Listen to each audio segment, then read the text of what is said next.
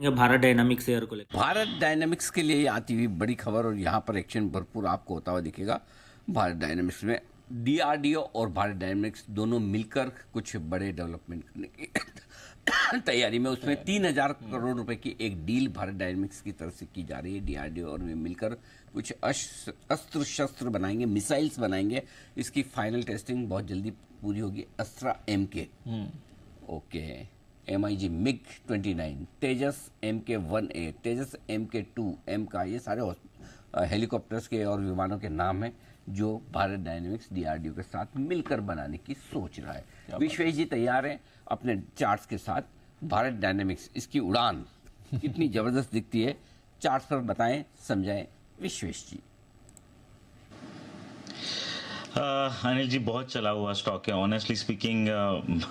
मतलब dream run है आप, अगर ज़्यादा नहीं और अक्टूबर 2023 मतलब ऑलमोस्ट 1 ईयर पहले भी जाते हैं अनिल जी, तो 400 रुपये का रेट था, अभी 1700 रुपये का रेट है। In a very very near term, अगर बहुत नियर टर्म में बात करें तो पिछले 1-1.5 महीने से कंसोलिडेशन है। 1650 अपसाइड, 1340 अभी। मुझे लगता है अनिल जी कि ये कंसोलिडेशन अगर अपवर्ड ब्रेक देता है तो उस सूरत में फिर 1900 तक जाएगा। बिकॉज ये जो अभी हो रहा है अनिल जी, मैं शायद मार्केट में थोड़े टाइम से हूं, तो मैंने समवेयर ऐसा Anil ji 63 time EV by EBIT, PE of 99, 60,000 crore का मार्केट कैप अनिल जी, ये इरेशनल एक्सुबरेंस है। आप और मैं शायद ऑन एयर है और हमें लोग जज करते हैं, इसलिए शायद हम बहुत खुल के नहीं बोल सकते अनिल जी, लेकिन बहुत सारे अच्छे अच्छे लोग अनिल जी ये कह रहे हैं कि अब जो हो रहा है वो शायद कहीं भी रुकेगा और बहुत बड़ा एक फॉल आना चाहिए। तो अनिल जी, मैं कल एक डेटा पढ़ रहा था, इनफैक्ट आपने ये पूछा, तो अनिल जी ओवरऑल हमारा जो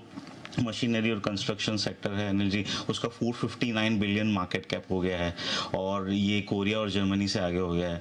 लेकिन अनिल जी हमारा अगर सेल्स देखेंगे तो that is 5% of what Germany and Korea is doing. तो इरेशनल एक्सुबरेंस है अनिल जी। मुझे तो बहुत ऐसा नहीं है कि अनिल जी खरीद नहीं रहे, खरीद के जल्दी बुक कर रहे हैं, क्योंकि मैंने देखा है पास में अनिल जी, अगर आप अटक जाते हो ऐसे स्टॉक में, बहुत अच्छी थीम लगती है तो फिर उसके 5-10 साल तक भाव नहीं आता अनिल जी।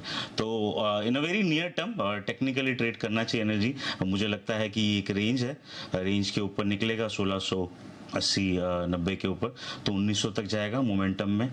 बट ओवरऑल मुझे थोड़ा सा मार्केट में डिस्कम्फर्ट है अनिल जी। कितना जाएगा, कैसे, कब रुकेगा, क्या तेजी से मोड़ रहा है, ये कहना मुश्किल है।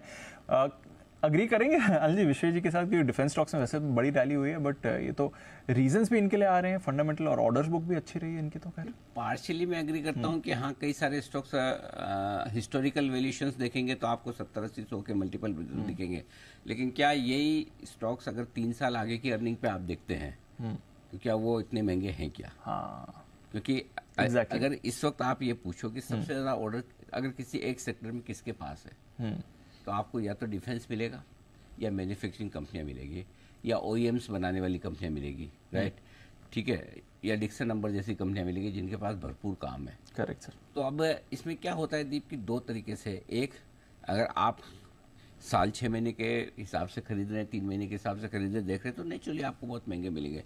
लेकिन अगर कोई फंड मैनेजर ये सोचता है कि 3 साल में इनके पास ऑर्डर बुक इतनी है, 3 साल में अगर इनकी सेल्स और प्रॉफिट 40-50% सालाना ग्रो कर सकते हैं, 25-30% भी ग्रो कर सकते हैं, तो मुझे महंगा नहीं लगता। राइट, वो उनका व्यू है। सो अल्टीमेटली वैल्यूएशंस देखने का हर एक का अपना अपना तरीका है। राइट।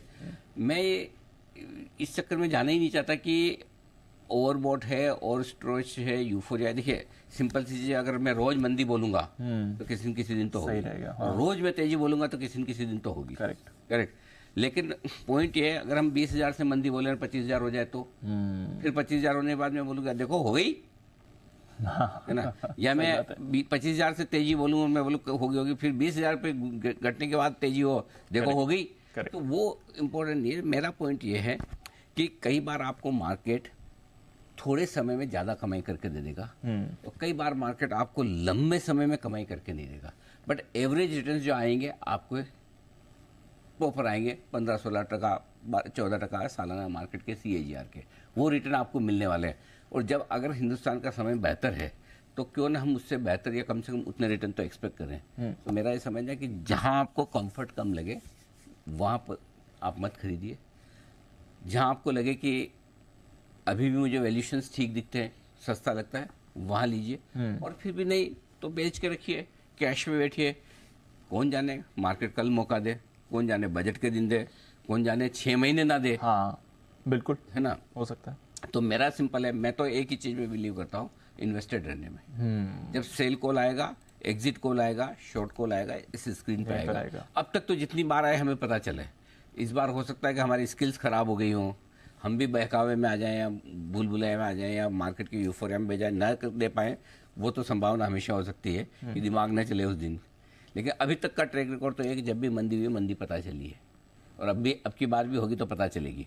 और मंदी में एक ही चीज़ होती है दीप, वो ये कि मंदी के लिए में डराने के लिए सब लोग आएंगे आपके पास में, लेकिन आपको एक ही दिन डरना है, कब डरना है वो आपको पता होना चाहिए। हाँ। जब एक्चुअल मंदी आए तो। मंदी आए तो